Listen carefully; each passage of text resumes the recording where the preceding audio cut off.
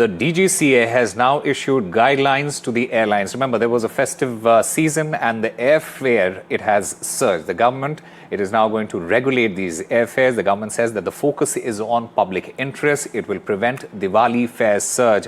Again, a big festival that is now coming up.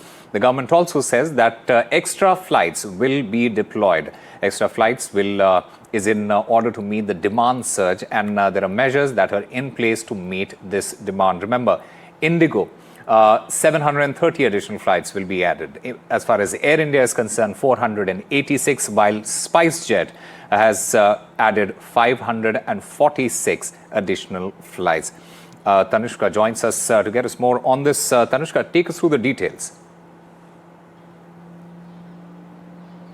Right, Osama, as you've mentioned that the DGCA, after talks with the Ministry of Civil Aviation and mandate from there, has, asked or directed these airlines, domestic airlines, to come about with additional flights. This is in keeping with the festive season, as a lot of, air travel, airfare surge also happens during this time. We have Diwali coming up as well. So keeping in mind this Diwali, duration and festive season, the DGCA and MOCA came together and have asked these airlines to augment and provide additional flights so as to come up in the best interest of the people traveling as well. We do understand that as of this moment, Indigo has been asked to deploy of approximately 730 additional flights across 42 sectors. Air India and Air India Express together are going to deploy 486 additional flights across 20 sectors.